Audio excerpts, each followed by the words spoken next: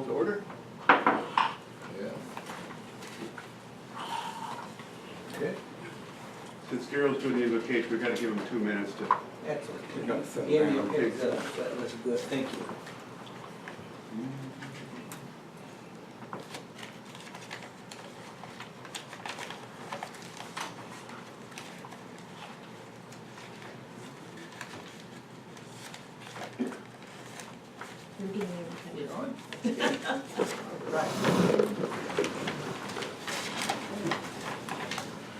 Now, as we come together as a board of Coast RTA, let us remember our responsibility to the public. Let us come together to be prudent stewards of the resources entrusted to us. Also, let's be mindful of the wonderful staff and employees that we are fortunate to have at Coast RTA. So, in God's name we pray. Amen. Yeah. Okay? I pledge allegiance to the flag of the United States of America and to the republic for which it stands, one nation, under God, indivisible, with liberty and justice for all.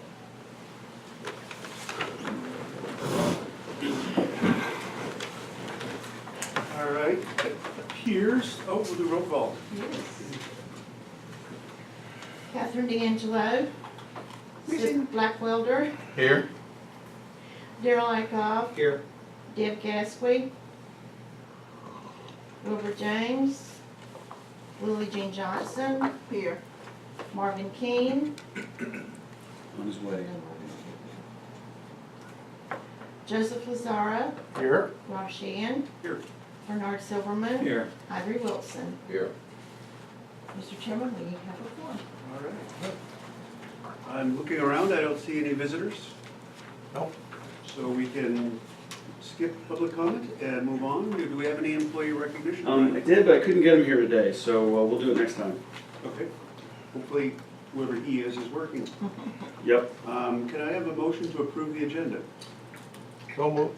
Second.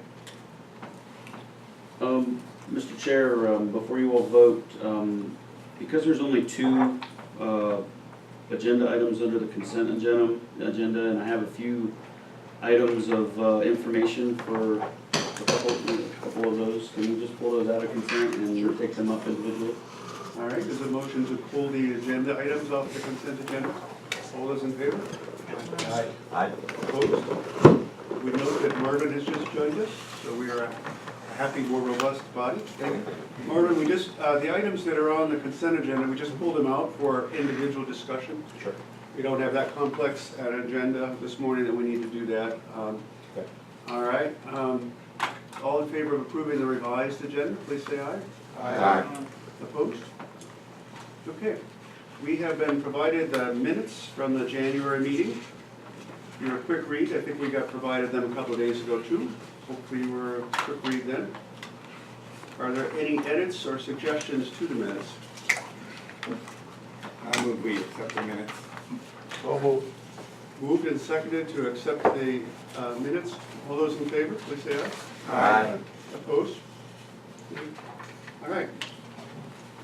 Moving on to the actions, board actions, or where would you like to go next? Well, let's just go ahead and go through the committees and general manager's report, and then you'll have all that information. All right. Miss Lily Jean, you are on. Oh, Woman okay. of the Day, Good morning. Service PAC Committee Report.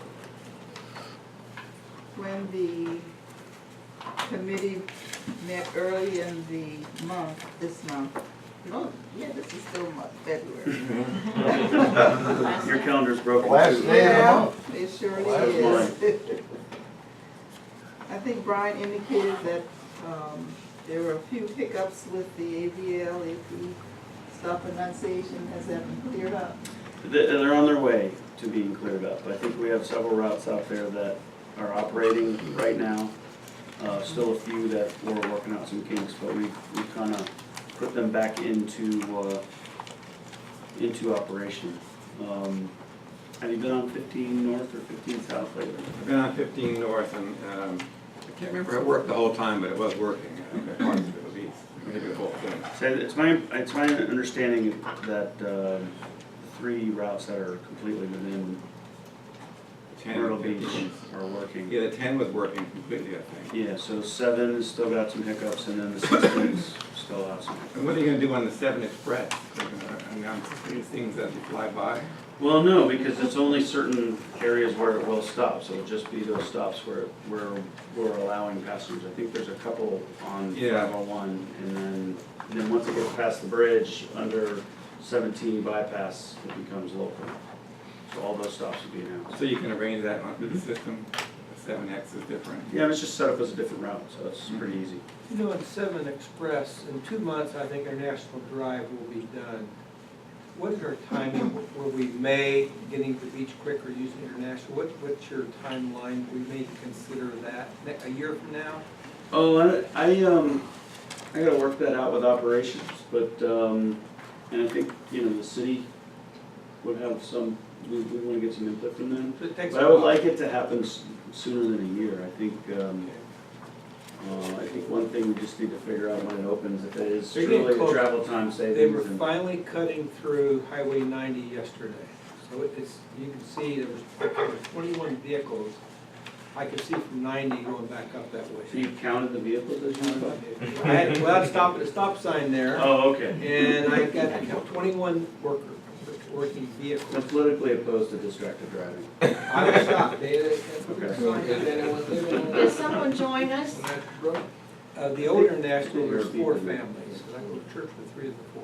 Did someone join the intercom just now? Ron, are you still here?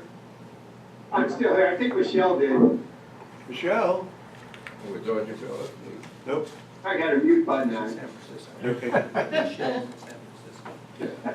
So when are they saying that will be operational? End of May now? Originally March, but there's been all that cold weather set them back, so I think 30 April. April now, I think April. is their new date, but there's no more. Yeah, we're gonna let it open and, see how it helps, if it helps. I'd like to see what's happening on 90 as a result of that road. But I really like the idea of having a bus getting close to StarTech and getting a few trips up and down, Good. Grissom Parkway. So I'd like to do it sooner than later, Okay, so we'll see. thank you. All right, Ms. Jean? Does this add to our budget then? Not appreciably, it depends. It might be a few more miles. I don't know, what's your take on that? Yes. We'll get a few more miles added. A few more miles, but it would help on time. We'll definitely have one time. So Oh, yeah. I would imagine it would be pretty close to a wash. But, it might make sense to overlay another trip in there, and we really aren't in a position to put more service out there yet, but we will be soon, hopefully. Good. I guess another idea, just while we're on the topic, is one thing I think we need to contemplate is adding some running time to the 7. And so one way to accomplish that, it would entail adding another bus to the 7. But if you add another bus, then you're creating too much running time. So we would add a tail to we'd have it do something in Myrtle Beach after it got to the transit center. And I would say one option for that would be going up Grissom Parkway to StarTech and then back, something like that. So,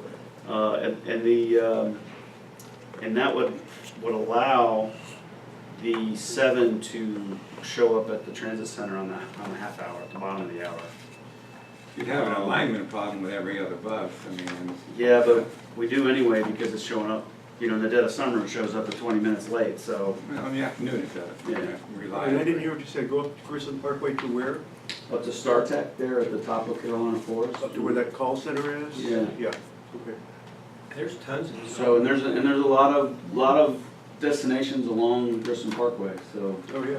Well, I'll tell you, and it won't be my call at the end, but unaligning those buses, and I know the summertime is late, but You don't that like that idea? alignment and the simultaneous pull-out of buses is probably our highest or best, attribute that we have. It's a consideration, Yeah. so, yep. Can we done? Yes, sir. All right. I mean, it might not be able to keep it, and I understand that, but it's valuable. All right, back to the agenda. Okay. Passenger policies. I don't know what to say about that one. Good. Do you wanna? Would you take that one? Sure, absolutely. Thank It was the passenger policies, line item for, agenda item for the, service pack was related to some additional information that we'd gotten from our attorney on whether or not we can ban, concealed weapons or weapons of any kind.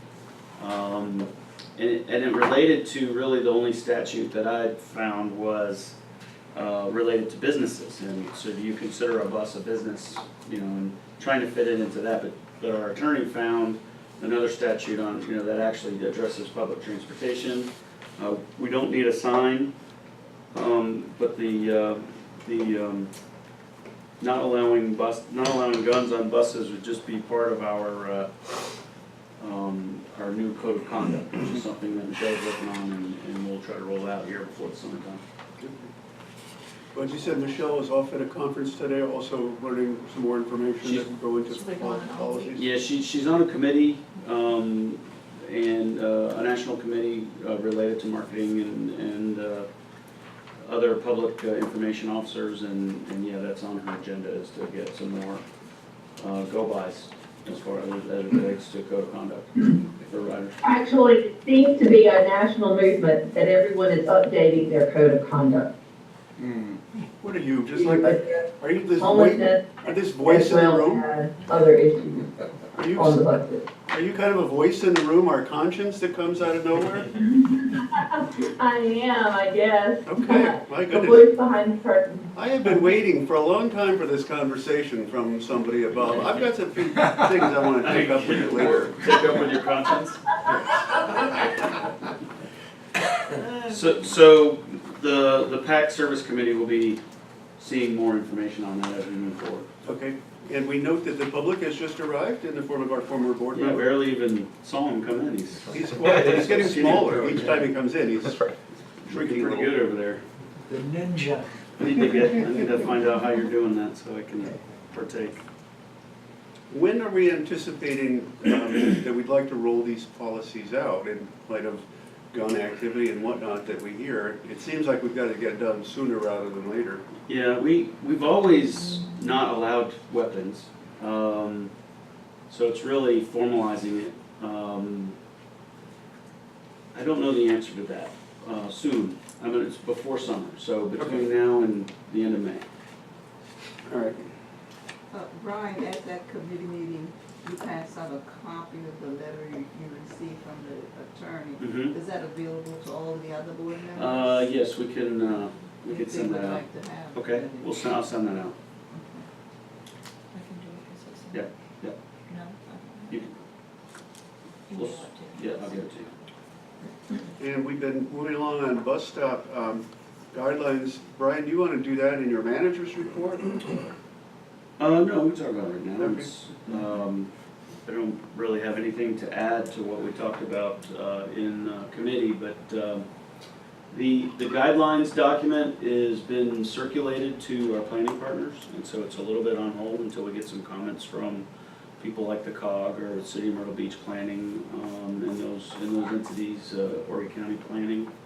I don't expect to see a lot from them, but I think it made some sense because we will be going to those entities to, when we start implementing them. And so AECom is now in really two modes. They're collecting data on all of the stop locations that we've given them, and assessing whether or not they need to be tweaked from a safety perspective or any number of factors that they're looking at. And they've been out on the buses, Doug. Yes. I know they're out there late last week. And then they're also working on an implementation plan, which we should see at the end of, I don't remember the date, but I think it was in April. Yeah, I don't have that with me. Mid-April, and so we'll be seeing them. Do we anticipate having to pour any concrete stops for ADA purposes? I do anticipate that down the road. I think those are the stops that are more of they're a heavier lift, obviously, so they'll get pushed from that perspective. But you know, we're really looking at low-hanging fruit and start putting up some signs here this summer. Okay. Do you know if the city has prepared that bus shelter that was damaged and I don't think, murder. yeah, I don't think they have, but they are about to. And they're gonna use one of the shelters that we have, Mhm. and that they had reserved for us, which we were completely fine with. Yeah, that thing needs to be repaired. Mhm. So, city's taking that up, very Good. soon. So that's it on bus stop cut. Okay, anything else? Where are we at with our signs? Well, the signs, we haven't procured, signs and poles yet, but that will happen here shortly. We can get the poles on state contract. We'll need to do a quick procurement for signs. Those are not that expensive, so we can probably just get quotes. Have we made a decision on the format and the look of those? I remember seeing one in here not long ago. Yeah, AECom is vetting that with the state. Maybe that's what Joe's question was too. Yeah, and so, Where are we at? Do we get approval or I thought we were close to it? I haven't heard from the state yet on whether or not they're okay with it. Okay. But AECom is working on that. We're just gonna try to keep it simple and go for it. So that decision should be coming here in April. And last month, at the last meeting that we approved their policy, we approved AECom's policy for bus stop information. And We have all the bus stops we're gonna make now, is that it? No, I don't think they were all settled. We have, I don't know, 250 locations roughly, that they are at liberty to tweak based on their professional opinion on where things should be.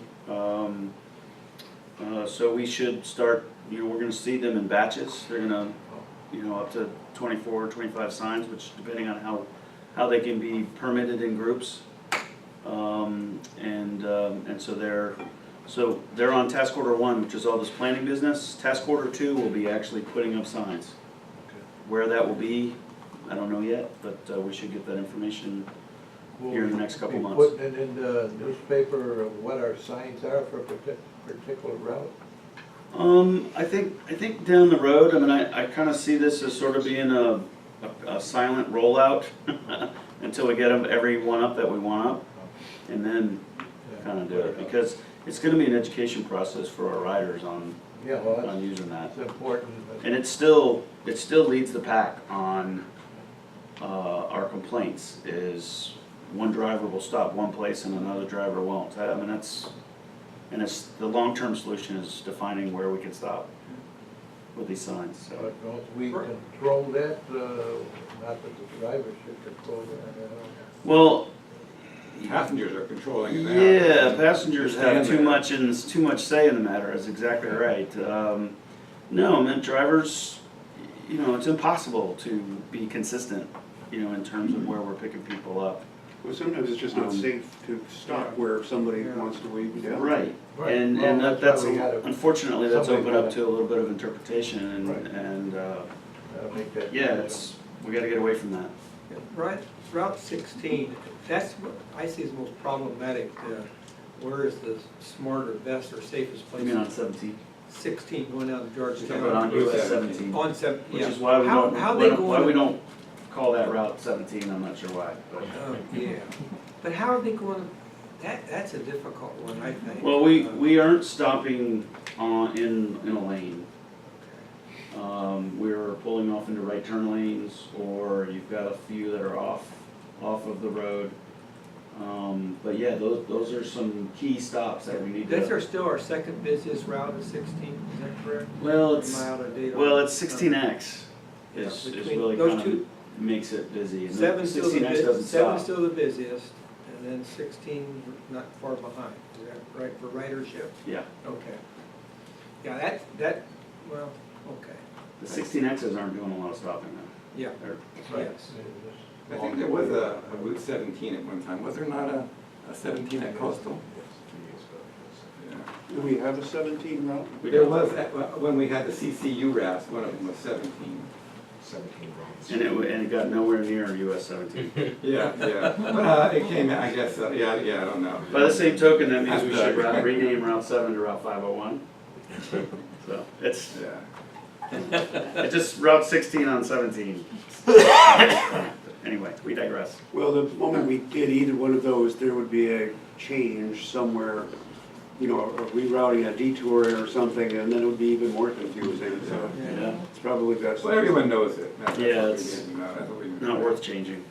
Ms. Lily Jean, have you got anything to add from Service Pack? A question, once, the installation of the bus stop signs begin, will they be packaged? You did say that, but will they be going out simultaneously if you happen to get two different areas approved or not? Well, yes, I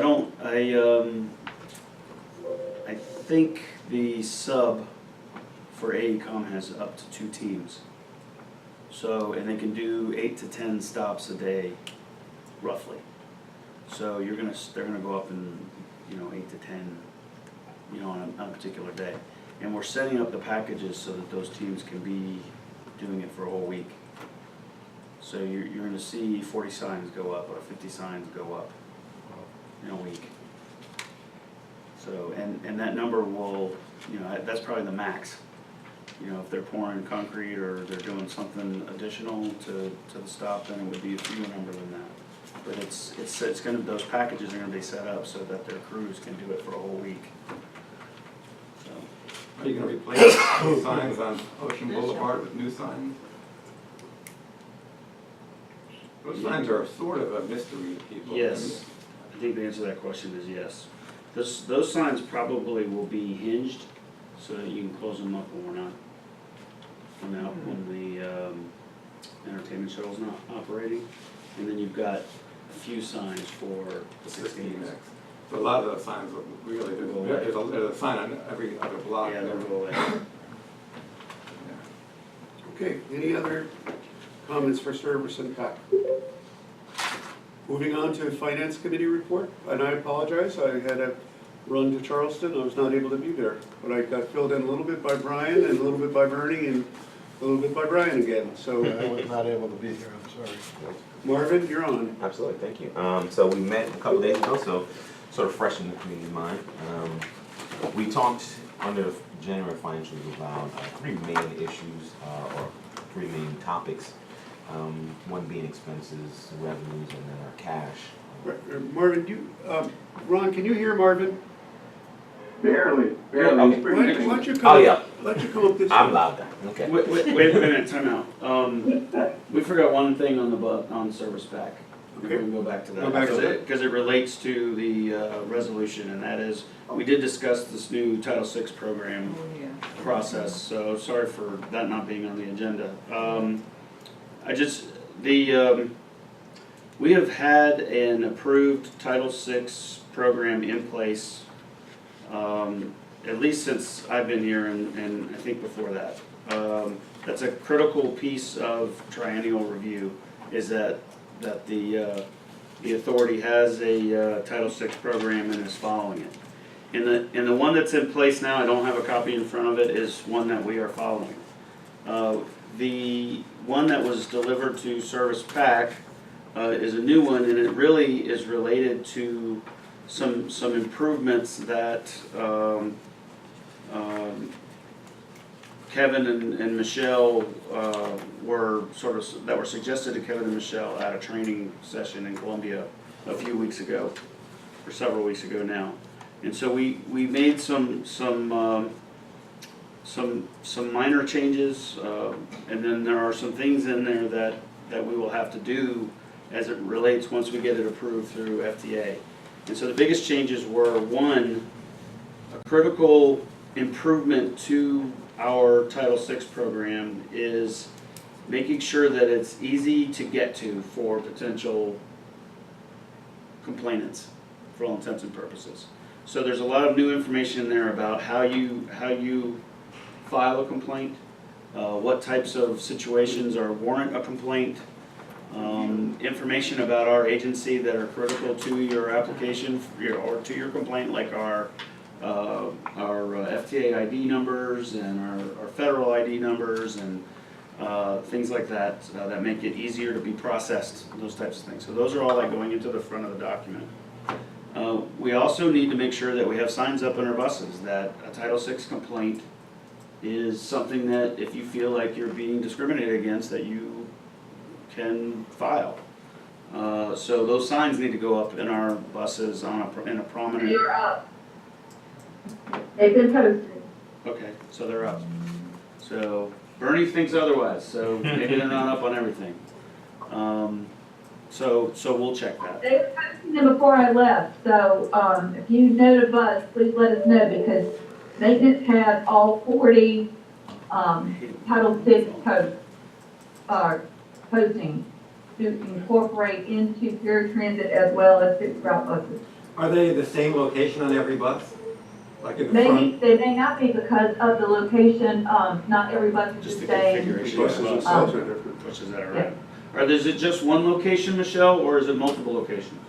It's just one location. We only have the little 4x6 posting that says in English and Spanish about the Title VI location. It's 4x6? Well, it's a little larger than 4x6, but it's a small Title VI. It meets the requirements of what they were telling us to have on the bus.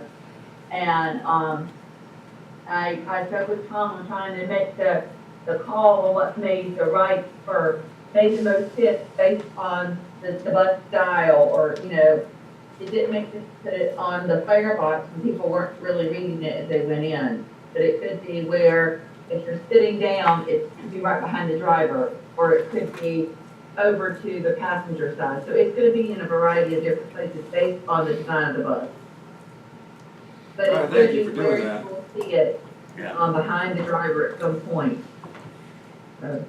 So that is really the major crux to the changes is making it more known that this is available to the general public, and you know, obviously it's a double-edged sword. The more you encourage people to do it, the more they're going to do it. But it's something that we have to do, and we got some constructive criticism from some folks on our plan, and so Michelle and Kevin did a good job of making some updates. And the board is gonna act on that today? Yeah. Okay. So we have to have a board resolution in place before FTA will approve it. So is this document that we're approving today the same document we had at service committee? Yes. Yes. And it's in your packets. Yes. Right. And somewhere on the bus, does it state that translation services are available? That's in this thing, that in this Title VI, that's going to be there, and for the most part, that's there. That's And around. that's where I noted that one was down the other night when I was writing during the surveys, and sent Tom a note that it was off on that bus and to please post it, and if there were any that were in need, let me know so that we could print them and laminate them. But that it was down and behind the driver's seat. It was not posted. So we keep eyes on all the fixed route vehicles in case that they're supposed to be on all fixed route vehicles.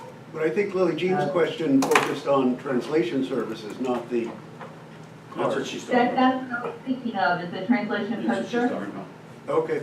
There's the poster in there that you see in your, packet. Yep. That's actually an 8.5 by 14 poster that talks about translation service. It's a little bit clunky because it's that call-in service, and you know, getting the person on the phone to understand what language they need to be translating in, and obviously we don't have a phone necessarily on the bus, but we do, you know, ask the person what language are they speaking, and then we'll try to get them to a customer service It's the area. last page in our documentation. Yeah, and that's been pretty much around. Yeah, it's been a while. It's been a while.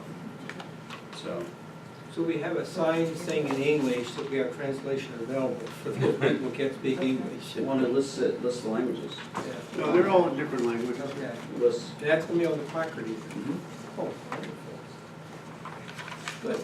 All right, well, let's go back to the finance committee. Yep, sorry about that. No, no problem. I think I got sidetracked. Ron, wake up, you're on.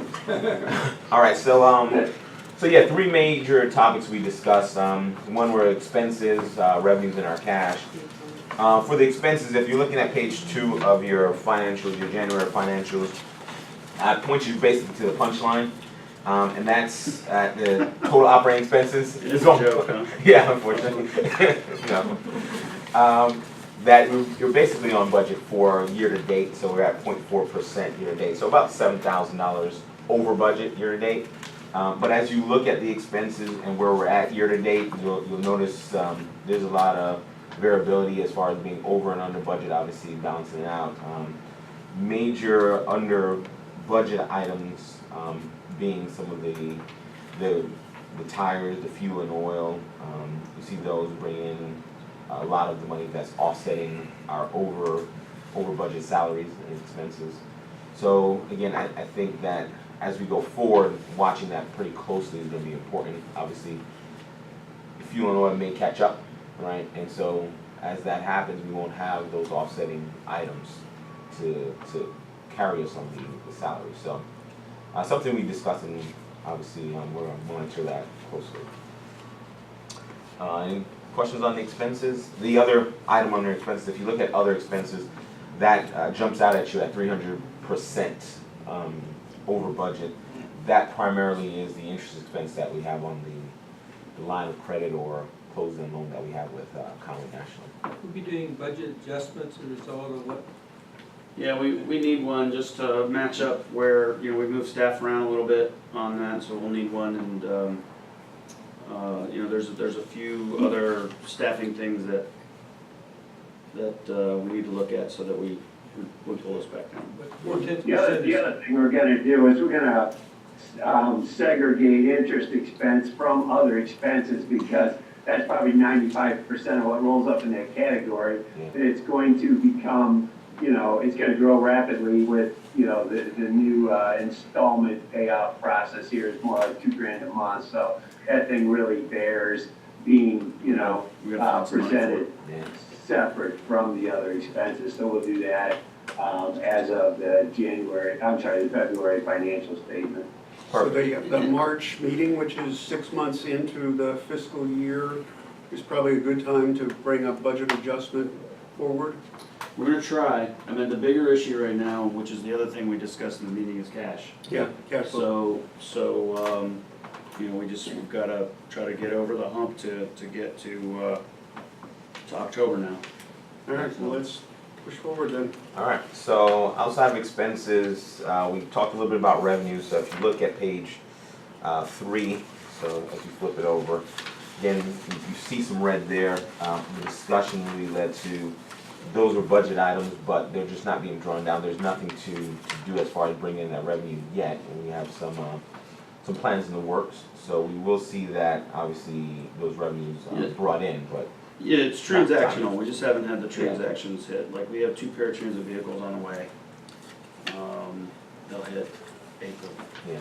Or in March, I guess. And then obviously the AECom first invoice hasn't hit. Yeah. We have the 100,000 sitting at the state for maintenance facility items, which is, I gotta give you guys an update on that in the general manager's report. So that was primarily what we discussed as far as revenues. So while you see a lot of red, it wasn't as alarming as it used to be. Any questions about either revenue or expense? Or budget in general? Well, that, I guess, leads us into the cash side, which was our third and probably the most important discussion we had as far as January financials. So as you look at pages 8 and 8A. How glorious it looks. Oh yeah, it looks good. It does, especially 8, after the first. And I will say that the reason why it looks glorious here for the next couple months is that our federal urban grant got executed, not killed, but executed yesterday. So we should be pulling down on that here in the next 36 to 48 hours. Absolutely. And so we'll be good to go here for a while. Yeah. The only concern is as you get past this, we obviously need to really think about cash. It starts to dip, and based on where our funding sources are coming from, we don't really see the cash coming in post May 15th going into June. Yeah, it's We started doing another version of this yesterday based on new information, and we're solidly into June, Okay. and then it starts going a little haywire. So and then obviously it gets really bad in the fall because of the county telling us that our first funding check in FY19 won't be until October 15th. Right. That's because, and that's assuming, you know, their budget process goes through. I don't want to get too far out in front of them, but, you know, the road use fee has to be collected before it can be distributed. So that presents some serious concerns for us, and Ron and I are gonna pull out all the stops and work on a strategy that we'll bring to finance next month. Okay. So, And and it's gotta be, I'm sorry, there's gotta be a combination of finding money that we don't have to pay back and possibly finding some more money that we will have to pay back. And I understand, one of the reasons why the county was interested in this was being able to redirect the million plus over to public safety officers. Have you heard anything about the timeline for that piece of that activity? Because if we're hung up on that, I assume, although I don't know, that they should also, the county should also be somewhat delayed in hiring those positions. But I'm not sure, since they have that cash in their general fund, whether they are likely to proceed with the hiring of those positions earlier than October 1. I think what you're getting at is, you know, can they use some of that as a stopgap? And that is an item on our list of potential Yeah, options. yeah. The other thing we look at, and there's a number of things, but if we could convince them, and I know it's kind of a political issue between the treasurer and the council or whatever, if they give us some percentage on a monthly basis starting in July of those anticipated license plate fees, like say if they run us 80% per month, I don't know how receptive they'd be to that type of a plan, but that is another solid stopgap measure that would help immensely. But there's 2 or 3 or 4 other options, like I say, we just started developing yesterday, and we need to insert those stopgaps or secure those stopgap fundings at certain points of certain months in order to essentially stay solvent, you know, for 1 or 2 payrolls in that third, or actually the fourth and first fiscal quarters of 18 and 19. So is everybody kind of straight that rather than July 1 payment, we would be put off to October 1 because the source of the funding is changing? Now, the good news is it's changing in more of a secure, steady way on a 4-year contract. The bad news is this 3-month gap that October, November, December, or I'm sorry, July, August, September are pretty busy months for Well, us. and just for full disclosure, I was really pleased that the county took the initiative to call me and let me know that was gonna be you didn't really have to do that. So they called me a couple weeks ago and said, this is, you know, we see this as a potential problem for you. And I was like, well, yeah, you're right. So, but you kind of alluded to it. We are talking about a 3 or 4 year contract. So that is huge for us. There is some precedence for that with the Economic Development Authority. They get a 3-year contract. And so not having to go back to them for 3 years that's very appealing. So, and also helpful if we do need to secure another loan. While you're on, I don't know how many people watched the town hall meeting with Channel 15 last night, 17, or Channel 15. We've been talking about the road use tax.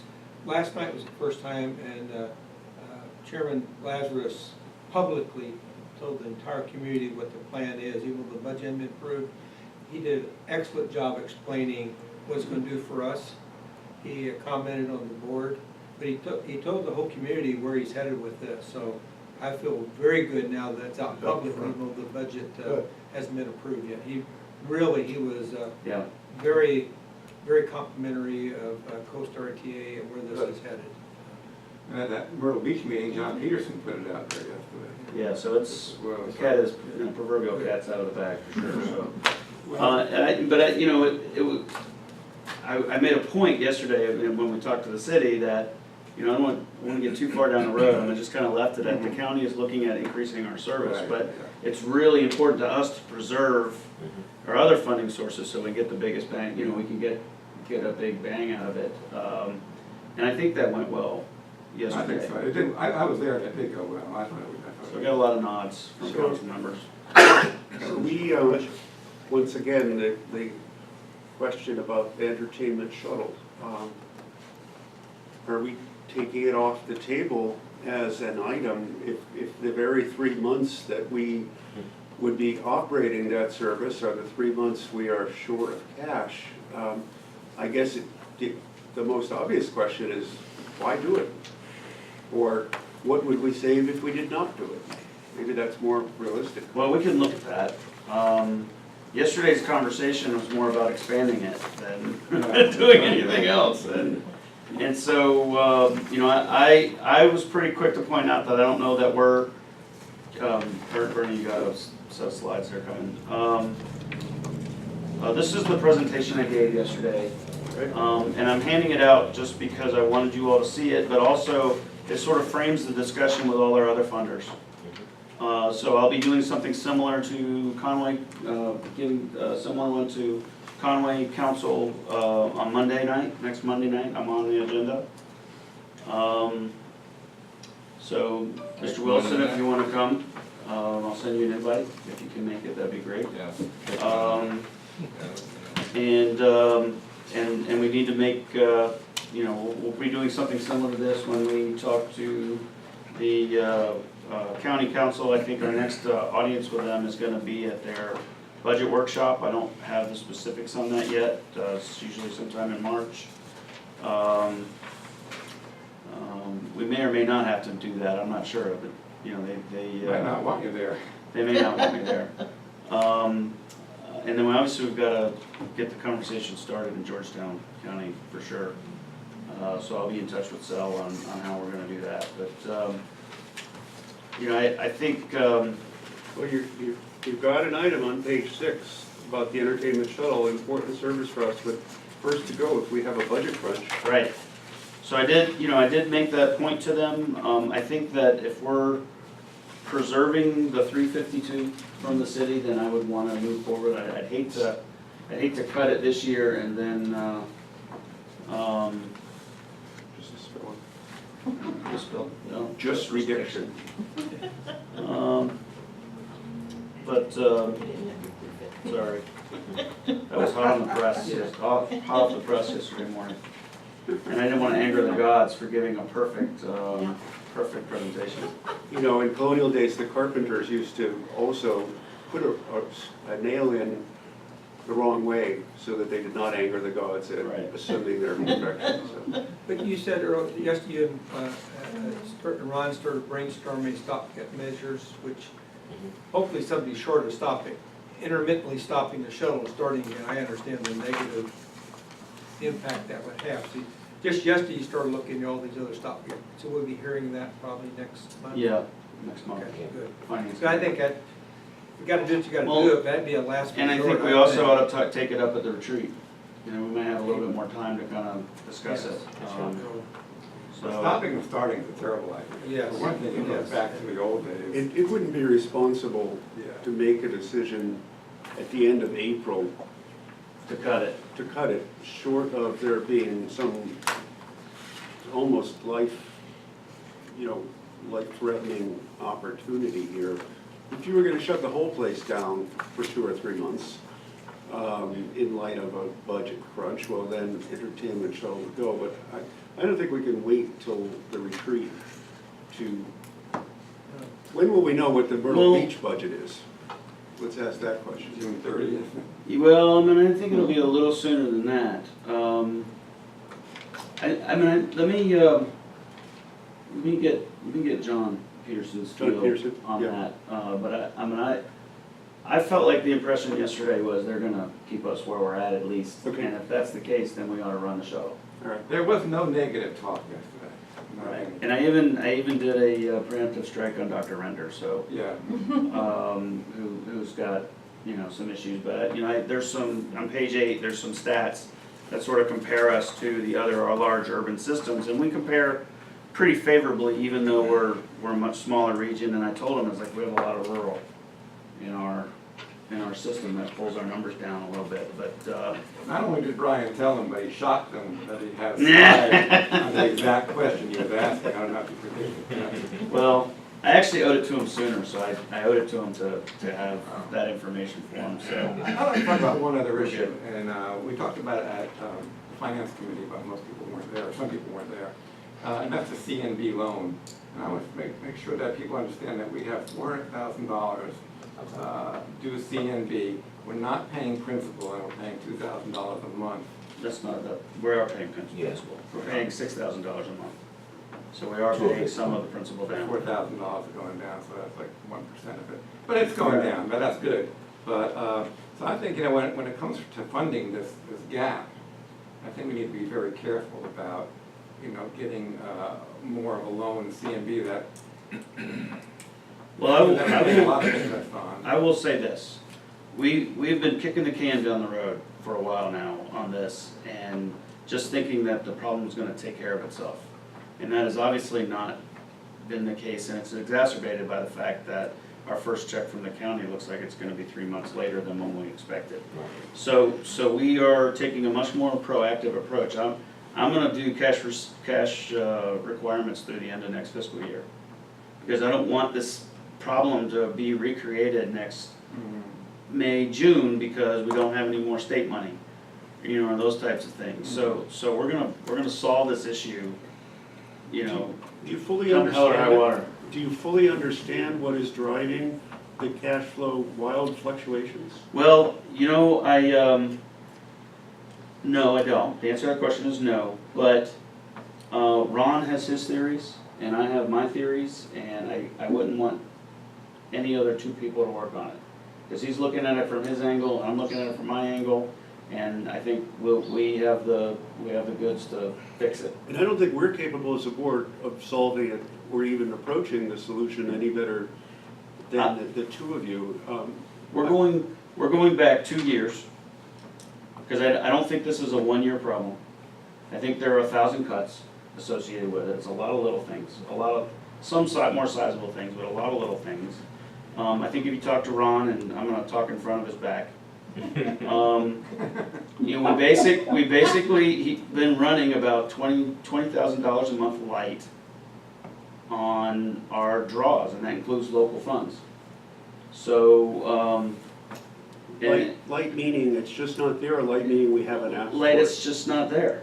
You know, initial looks into how we've drawn over the past 2 years, we were pretty close to budget on how much federal revenue was supposed to come in here. And so that was my side of it. I was like, maybe we're not drawing everything that we could have drawn. Yeah. I know for a fact that the overhead rate that we put in place for FY17 hurt us. That was about $130,000. So that's $130,000 of local funds that had to be used to cover admin expenses that we weren't planning on. There's $130 of it. We never drew on the transit center. Because when you're dealing with capital expenditures with FTA, you've got to be really careful on your period of performance. And we got past that thing being constructed and put into operation before the grant happened. And so I just pumped it on the grant for that reason, but also because there's no federal equity in that building, and we can do what we want with it when it's used up, or it'll be ours to deal with. So that's 90,000 right there. So all of these cuts have added up to about 400,000. And so the delay in the county money is gonna push us up to like 700 for August. And I so, mentioned this last meeting too, and I'm kind of sticking to my guns on this, is we have a finite pot That's of good. money that we can expend. And we've had the luxury of having a few layers of past years of federal dollars for, you know, my tenure anyway. So we were kind of living off of those for a while. And then we got into the bank loan scenario. So I think part of the exercise of fixing this is, number one, budgeting on a monthly basis. And Brian and I talked about this yesterday, is laying these grants out month by month. And that includes the squeeze back to the maximum local we can spend, basically. And, that would cover the match, and then any additional expenses we could wring out of it. There's a break even in there somewhere in those match requirements. It's sort of algebraic gymnastics. We need to know what that number is, because we've been exceeding it. Like you say, it's on average, we're bleeding about 20 grand a month. I think the reason is, we've met the match requirement, we've expended the finite pot of money we've had, plus we've spent an additional 20. And for a short while, it was covered by those past years of federal funding.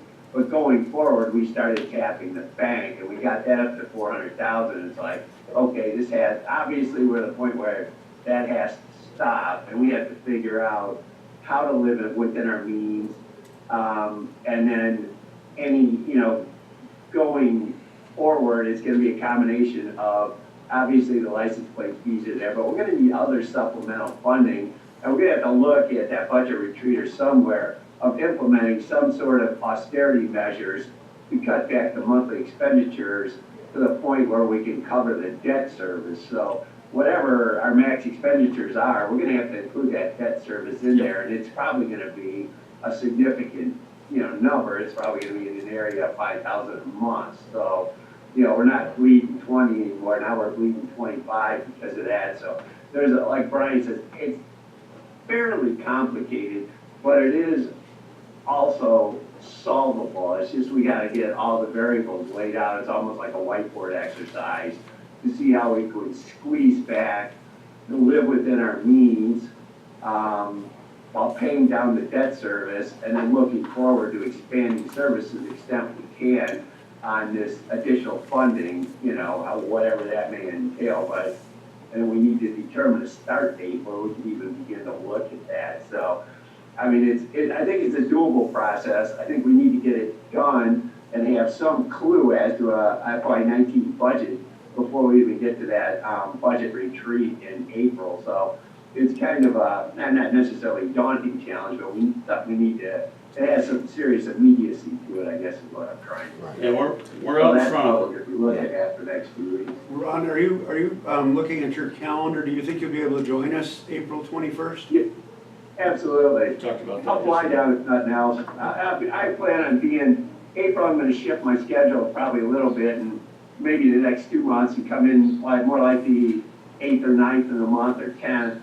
Because as far as throwing these clothes together, as long as my staff has everything else in order, I can pretty much do what I need to do in 2 or 3 days to complete, the board packing, financial statements and all that kind of good stuff. So I'm gonna assume that's a given that I can get that done as a throw together, but I'm more focused on solving this cash flow issue and at least, negotiating with Brian, whatever our, combination of additional funding and austerity measures may be in order to get this ship righted relatively quickly and get it to a point where he can sell it to the community. Well, Ron, I have a question, this is Bernie. When you talk about increasing the debt service to $5,000, so are you assuming in there somewhere that we're gonna increase our debt to Conway National to get over this 3 months? Is that your assumption? That is one of the options. That's why I say that. Right now, it's, I guess from a cash outlay standpoint, it's $6,000 a month. Part of it's interest, part of it's pay down on the debt. So it's $6,000 right now. So that's not a significant thing. Yeah, actually, it's probably $6,000 a month if it's flatline. So I would say right now, I don't believe that's an option until we walk in there with a 4-year contract and say, let's talk. And at that point, yes, it could increase, or it just stays where it is if they're not receptive. Well, let me ask you one other question to Brian and to you. Like we're hitting this wall because we're off from our normal payment of July 1st to October 1st. So once we're through that first quarter, October 1st to December 1st, are we gonna Are we gonna catch up, or are we gonna be hitting the same thing every time? I think that's why we need additional funding sources down the road. And I don't know what those are. Maybe we dedicate either Michelle or Kevin to look at potential. And I don't know what's out there. I'm just speaking off the cuff. If there's additional funding sources out there that might particularly support operations that are not, either foregoing future funding or borrowing. So, new sources of revenue need to be looked at because we're basically capped, even with the license plate fees, they're not gonna fluctuate that much. So again, simply adjusting back to living within our means is not gonna cut it. I think we have to go beyond that Right. in order to Clearly we could, achieve the vision here of expanding service. clearly we could run the system that we have with the new local funding, but that's not gonna fly. No, it's Let it- What about raising the fare? That's an alternative. Unfortunately, that's not a quick fix. And I really don't wanna raise fares until we're actually putting some more service on the street. But I do say it's Raising really, fares is a trade-off too, because we have to subtract them out of the federal draws, so it ends up kind of being a push. It might increase the local funding slightly, it might supplant some of the local funding, but I guess it might also inadvertently reduce the federal funding, so So let me go back and answer Bernie's question. Okay. Extending out the cash requirements is exactly why I wanna make sure that we're not running into this again. So, I mean, I think, the new funding levels, clearly we can run our existing service off of that. I mean, there'd be no excuse not to be able to do that. But I think there are some cost reductions that we need to explore, so that we get out of this as quickly as possible so that we can grow. Because I think, the county doubling our funding, we're not gonna be able to get away without growing. Yeah, So, but- so we've gotta get to We're not doubling I think for now though, your safety position is on hold. I think any discussion of raises, cost of living or otherwise, is on hold. I worry about the economic development grant that is not likely to be renewed, and yet we've established routes, up Loris and down into Bucksport, and that's an $80,000, actually it's $150,000 if I recall right, expense that we got half of it covered with a grant, but it has to be crystal clear to people that was Well- not our first call on expansion. Yeah, before I agreed all that, I mean, I gotta come up with a new format on the budget. Yeah, I Monthly format. want to be able to address the cash issue within the budget yeah, to show everyone that what we're doing it is makes sense, reasonable. yeah. So, yeah, I mean, Well, you haven't brought those issues, you've brought them as discussion items, but you've not brought them as, formal requests yet either. I'm just saying, right, this would cause that discussion to Yes. slow down.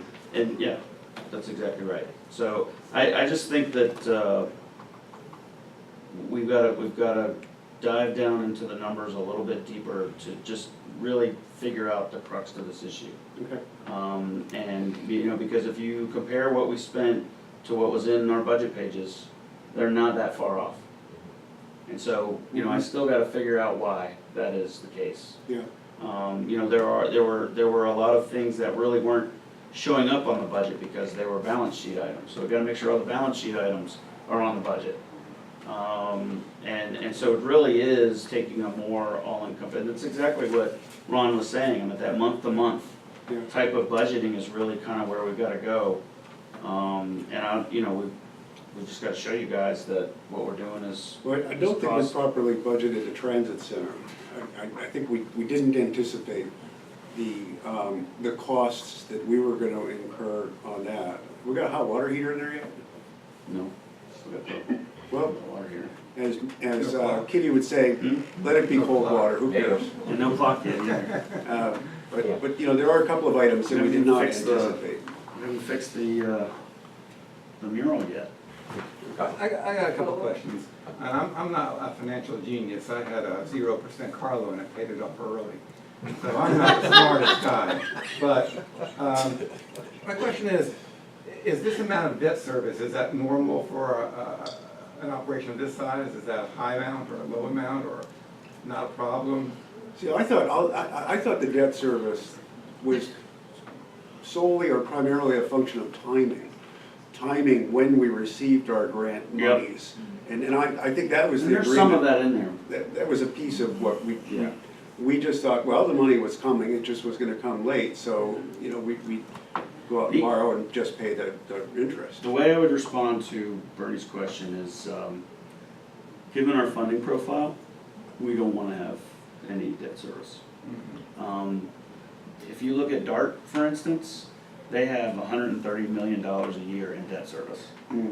But they have a sales tax that comes every year, and they have dedicated funding.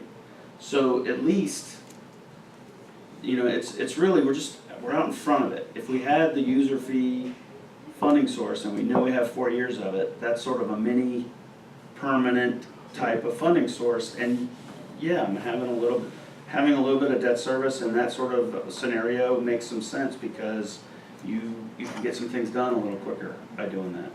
And you know, especially when you're talking about, you know, building a maintenance facility, for instance, it makes sense to borrow money because of interest rates being where they're at. You could save 10% on the dollar in construction costs because you're doing it now and not 5 years from now.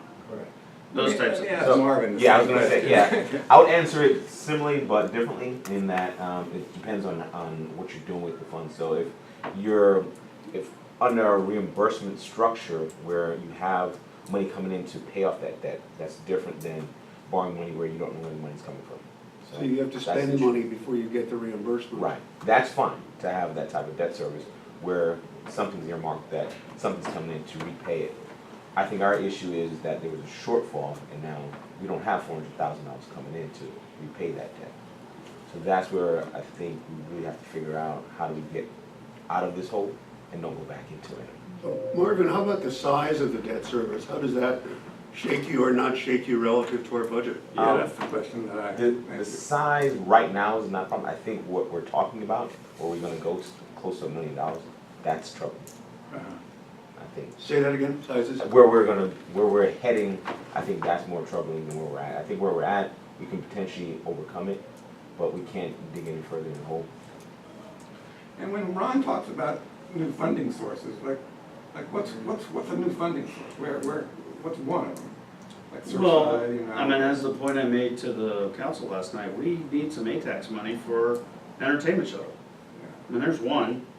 You know, we still need to have a conversation in Georgetown. North Myrtle Beach. North Myrtle Beach has a little bit of skin in the game now, but it's not enough to really operate a route, so we need a little bit from them. Long way. You mentioned Georgetown too, Brian, possibly kicking in another, you know, they're basically doubling their annual. That's the goal, but I don't necessarily see that happening this year. While we're Finance doesn't either. I haven't even while seen we're the losing draft sleep, yet. is there anything in the federal budget that we need to worry about? Well, we have to slow down our burn rate on the federal dollars, so that's an issue. So we're spending it too quickly. We It's had not 2 far years enough of into funding the when I year. got here, and I've been spending about 1.25 years. And we gotta get down to a year, which is 1.4 million. In FY17, we spent at 1.8. So, But we did a lot with that money. That money was well spent. yes, It's just not gonna go on forever. right. Can I go back to ATAX Entertainment Shuttle for frame of reference? Are we talking about 272,000 a year running that, or 170? It's 220 to 240 in that range. 222, okay. That's a bigger. Which is That's a bigger- exactly what Yeah. Myrtle Beach contributes to the user Yeah, it's a fee. bigger chunk than anything we're talking about Georgetown. You're not putting a Yes. frame of reference here. Yes. Entertainment Shuttle, and that is a big. And they want to expand it, so that would mean more. Okay. Is there any money? to say you were gonna get some from North Myrtle Beach? We're gonna try. Or you haven't You have to offer them some service first. Yeah. We haven't given them any service yet either. We've been trying for 3 or 4 years. You know, a big part of the message yesterday was, I really need a year at these new funding levels to figure things out. And those new funding levels are gonna help us clear up our cash issues. We've gotta get rolling on bus stop, I need to get moving on due diligence for a facility. Facility is $200,000 a year in additional, essentially additional revenue, because it saves us operating costs by moving closer to the beach. Back to North Myrtle Beach, you probably read the paper this morning, a property tax increase in North Myrtle, our timing couldn't be worse for, like I said, how many years we trying to get something from North, we Well, got nothing, and They're also voting on the sales tax. that's right, so I, And they're really The sales paper tax makes out. it sound like that's not gonna fly. right, It- that's what I'm And saying. it's going up over 11%, right? In North Myrtle It's about Beach? what Myrtle is now. Yeah. So at those, you're kind I of mean, above the timing- accepted level yeah, there. right. It's crazy. Entertainment show to Myrtle Beach, that 220,000, 240 is the biggest one chunk of anything we've discussed this morning, the potential for that. Well, but the sad part is you wouldn't save 225 by stopping it, for now. You still have those drivers employed, you've got the buses, if you save anything of it, you're probably saving 75, I'm guessing, I'm just wild covering guessing. expenses. Well, I mean- Your salary, your part-time I drivers. could still pull down federal dollars for it. Yes, it's a match. So I'd save half of it. Half of that money I could put somewhere else, Yeah. roughly. How much money is left, or will be left after we get to cutaways of that $1 million for capital? About 450,000. So we could buy a vehicle. I gotta match it. I can't use it unless I'm matching federal dollars. From the county money? It's federal dollars. They'll only pay up to 20% of the cost of the vehicle with that money. Well, the other thing that happened, I don't think the Dallas buses lasted as long as we hoped. And I realize I'm mixing now general fund and capital improvement. I'm just sort of reflecting backward. I personally thought we would get a little bit more life out of them than we. And they're still I don't know if I agree with that, Rob. I mean, it's like, we're putting money into them. I mean, we're putting more money in them to keep them running than we expected. More for than sure. I thought. For sure, but they're still in really good condition, and we even painted one. Look at the repaint one, looks nice. They- And it's blue on the front now, Bernie, doesn't it, the school bus? How about that? Looks Yeah, very that nice. looks- Looks great. One thing, These cost improvement deals, these things we're covering these things at 100% with that Oregon County money, and the federal $5307. So actually, we're doing very well on the capital side with the rolling stock. yeah, In terms of doing the refurbs and things like that. We better strike while the iron is hot, because it is a good opportunity until that $1 million funding from Oregon County runs out to do a lot of these rehabs at 100%. As long as we don't exhaust, we're gonna eventually exhaust the 5207 fund in the process. But in the meantime, we can do a number of rehabs on those dark buses. so I don't disagree with that. I was a little offline, I just was reflecting on the maintenance that seemed a little jumpy there. What would, Ron and Brian, what would you want of us as board members at the retreat? We're clearly reacting, we're not initiating much, and half of us aren't saying anything or more. I really haven't been that involved in the budget process, and I'd like to get more, interject myself into it, and I'd almost like to come with some sort of rough, along with the cash projection, which is a huge part of the short-term, discussion, in the meantime, but I think we should bring some sort of rough FY19 budget to that retreat that is on a monthly basis and forces us to live within our means. And I can envision it in my head, and Brian's taking the right approach. You want to do a P&L on each individual grant and then basically subtotal. What we're not doing, we haven't gone to the next step, is do it by month and look at the total funding constraints, because there's definite funding constraints based on this finite global funding. And we're exceeding that, pure and simple. We're exceeding it by 20 grand a month on average. I mean, I think I can demonstrate that fairly easily on paper. So what we need to do is figure out, okay, include the debt service in that monthly operating number. And the problem seems to be strictly operating issues, not capital, but it's operating. And we seem to be doing fine with the capital. But how do we squeeze back this budget? And I think that these grants need to be laid out as far as the expenditures on a monthly basis so we can see or anticipate when we need to charge what grant and what local match is going to be required, and if there's any additional local match that we could use, for other purposes. And I think, if we lay that out coherently, it'll be much easier to monitor, I'm not doing any more. monthly budget, and we'll know immediately if we're drifting.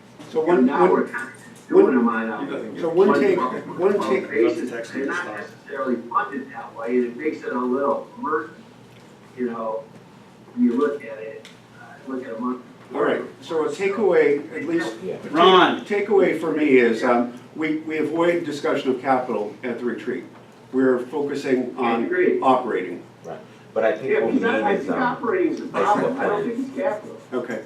so I think we should let Ron and Brian work, and basically come up Yeah. with a Well, plan have them on help both us sides. know how we can help. Yeah, you'd start out, Chairman, a few minutes ago, we're being reactive, not proactive. Right. And I think you were headed with that is, what should we as a board be doing on the front end of this and just reacting? Is that what you That was did? where I was going. If we're gonna have a useful discussion at the retreat, we're gonna have to have some forethought about what you would like from us. Yeah. And, otherwise we'll just be reacting to what you say, and we'll be a good sounding board, but that may not be terribly helpful. Well, and I don't know how to answer that. I mean, I'd be willing to listen to any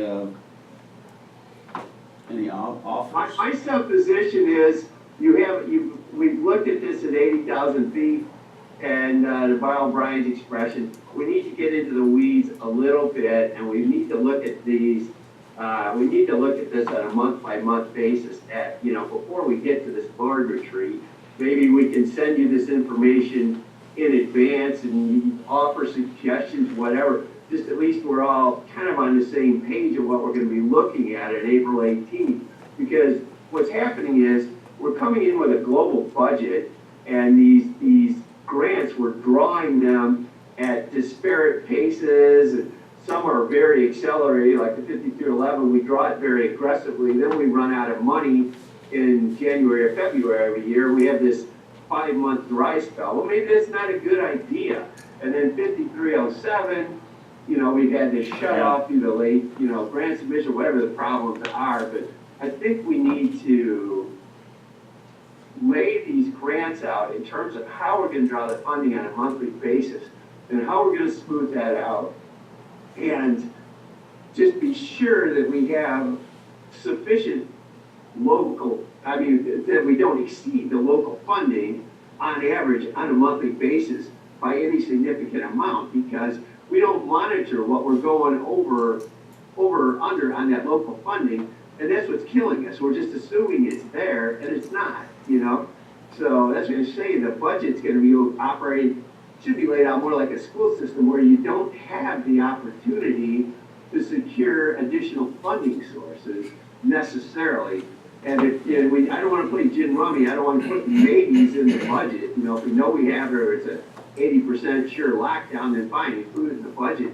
But list out what months we're gonna draw it in, and what revenue and expense accounts, how that's all gonna flow. So I think you need that level of detail to really, we'll lay it out simply enough that you can grasp it, but I just think it would provide a better control measure to look, instead of looking at this stuff. I mean, I guess we need to look on a reporting standpoint at the board report. We need to look at the month-to-date versus the month-to-date budget. Okay, Ron, we get it, we get it. Ron, Ron, we get that. Ron, We stop. got it. You're cycling around again.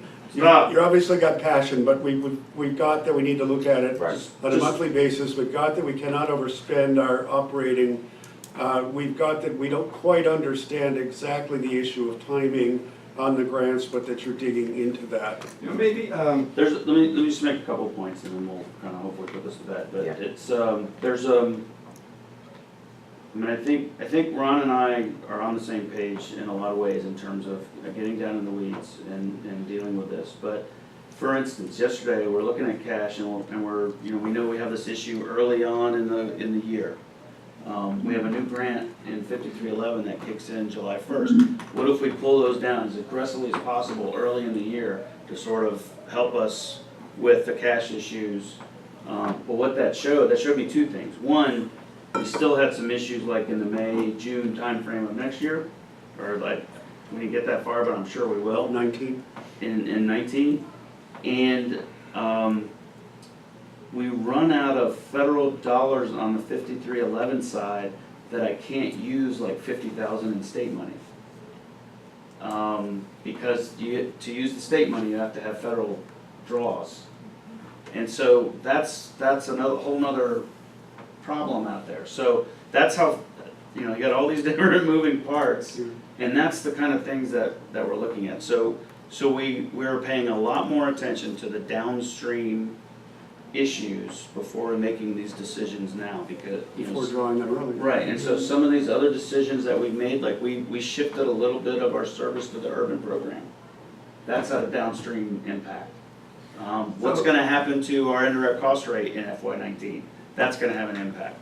So we just gotta try to figure that out. You know, we talk about being the $20,000, you know, short per month, but there's at least $130,000 in the FY18 budget of local funds just paying admin costs that are not billable.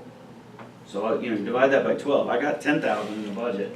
Maybe that needs to be a higher number, those types of things. well, instead of asking, for this board retreat, asking what we can do for Brian, maybe we should, when we do our little whiteboard or whatever, decide what we want to talk about and let Brian do for us. You know, tell Brian and Ron what we need. We need a plan that's going to get this.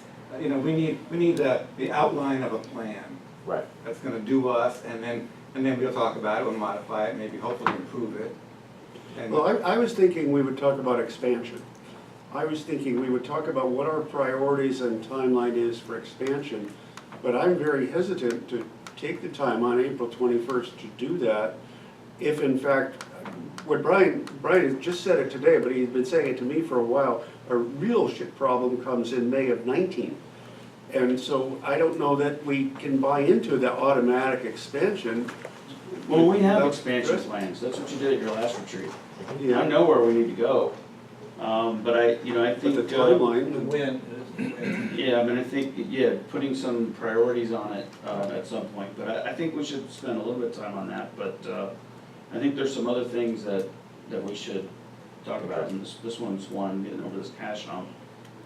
We can go I like through. Bernie's idea though of get the outline put together, get the plan laid out and tweaked and agreed to at that budget retreat. You know, assuming we put enough meat in the sandwich for you guys to make informed decision on it.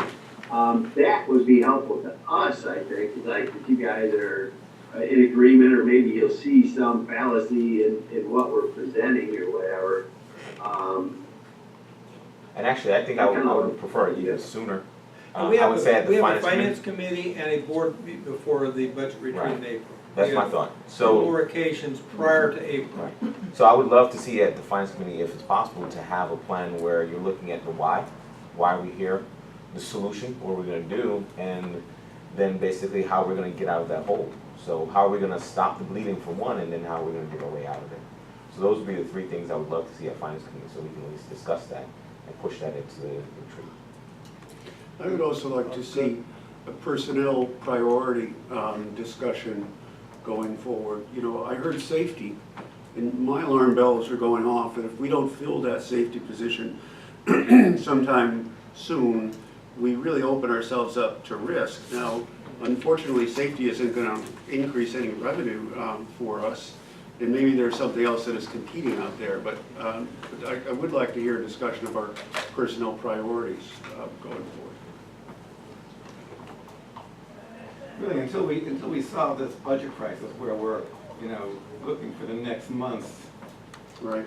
paycheck, we're hamstrung on expansion. On expansion and on added personnel? Right. You get me another pen? Yeah. Yes. That was dry. So I think that's basically the summary here. It's just, obviously, this is our number one issue as far as finance, but we just need to have this plan in place. I'd like to hear the low-hanging fruit with regard to reducing the expenses.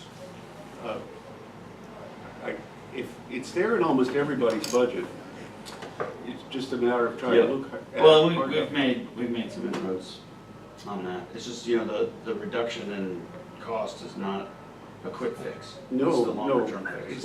It's also One reducing particularly expenses. good thing is, getting that match, particularly for those capital rebuilds and stuff, what we've done, I think we're working on our third and possibly fourth one now.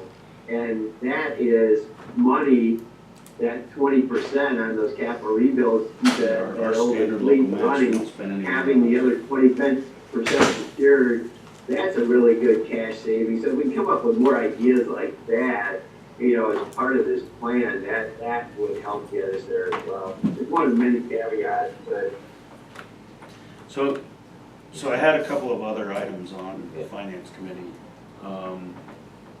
Audit. We are expecting a final report on the audit. Did he say the end of next week, Ron, or this week?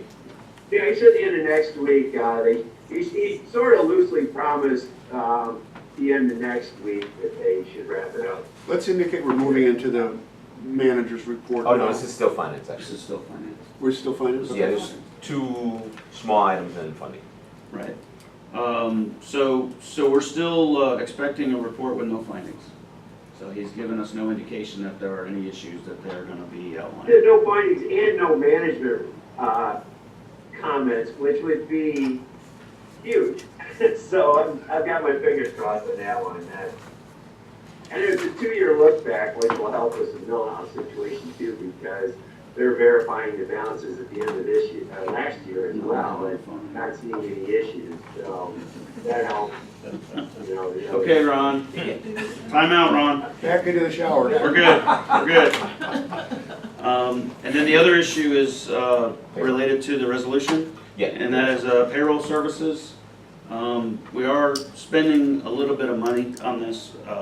It's about $16,000 for the year, which I think is money well spent in terms of helping us with our, especially looking at costs in the different departments. Includes a timekeeping program. So everybody in admin, for instance, will be filling out a timesheet. We're going to require that you fill out your timesheet on a daily basis. And so I can go in there on any day and look and see who's billed what and how many hours we've spent to date, as can the other managers. We are allowing drivers they're punching a clock. So there will be a thumbprint here at or a fingerprint at the customer service, and then they put what department they're in and then punch in. So they can, drivers will be punching in for driving, transit, paratransit, or working as an extra board in customer service, so we get a handle on how that works, making those expenditures. And so the data coming out of it is going to be very, very useful over time and help us to redirect costs on an as needed basis. And then the other thing is they take care of all of our payroll requirements, down to the local tax that Ron's paying in Toledo now. So they will make all those payments automatically. It's a one transaction deal for us. So we did have to change our cash requirements, that those dollars need to go out on Wednesday instead of the Friday. But I'm really excited about getting it. The other nice thing about it is we've awarded it to Strovis. which is a national firm based in Georgetown, South Carolina. So it was really cool that we got some local folks in. Yeah, Lily Jean, let people down there know. her. They, Right on High Georgetown. Market Street. Yeah, they were by far and away the best option, so we'll be asking you all to approve us to award them the contract. You said the money goes out on Wednesday instead of Friday. That's just the payment to the vendor or the entire payroll? It's the whole payroll. They send out all of the Right. ACHs, so So the months that we have 3 paydays could be a tad different going forward than they've been in the past, based on Wednesday versus Friday. potentially. Which in cash flow, it can be problematic. Well, it might June go is out, the next. and, if Wednesday's the 31st. Right, that's what I'm getting at. I like to look forward to that because June is the next 3 pay periods. Yeah, we already made those changes in the cash flow. Okay. We could do partial draws if we see that coming up, or just, Well, you the know, draw- do a partial draw during the month. So- already. Yeah, and it's got an impact, and all I'm saying is You know what that- I'm saying? that we're putting it in there and we'll look at All it. right. If I were an administrator and I were doing a daily timesheet, I would be crazy. Is this by hand or is this You online? just go online and fill out your timesheet for the day.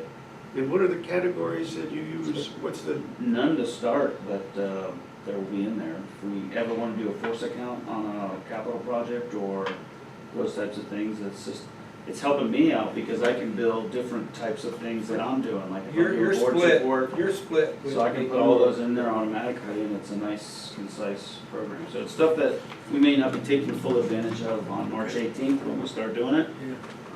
But there's a lot of bells and whistles. And then one thing I really like is if a driver is going on a cruise in June, they can put in their request today and it automatically populates that timesheet. So they're not even worried about it and it gets approved by a manager ahead of time. So it's there's some really nice features to it. So I want you to do more on payroll and operations. And we do our time sheets on So what? I want you to do more on operations on paper at least. how different? yeah, 30 And go to, seconds. it's the PSIC paper reduction act. no, how we split your. Oh, yeah, yeah. Well, that's, our new indirect cost rate includes 60%, 62% of my pay. Good. So, All right, anything else for finance? Just one last is just the funding update, but I guess I can go into the managers. Talk about that, Brian. I'm sorry? The funding update, I guess that rolls into your. Well, yeah, I mean, we kind of covered a little bit. I wanted to hand out the, I guess we're going to manager's report? Yep. Okay. Well, I think one thing that we might, if we have time, discuss at the retreat is sort of the beginnings of what I would call a funding equity plan. Because I've learned a few things here moving forward on this. Once all this went down and we now know that, for instance, what's the name of the little town there? Atlantic Beach is contributing $800 or something to the transit system. What's the town there above the mall? Briarcliff Acres, about $2,000. And so we've got all of these new characters who are now contributing to the system, and you know, I don't know what to expect from them. We may never hear from them. We may need to go talk to them. I don't know. But we need to think about how all of our different funding sources are distributed within the region. The other issues we have, North Carolina coming online here soon. And so they get about 10% of our federal dollars that are coming to the region from 5307. And I have this map up, and it's not too hard to see for you all, but one thing I learned is that this is, just to give you a little, this is Myrtle Beach, right here, this is Conway. And this orange line is the urbanized area. You can see it's kind of peppered throughout, all the way up into North Carolina. It extends into North Carolina all the way up to Holden Beach. So this is where, inside this area is where we should be spending our federal dollars.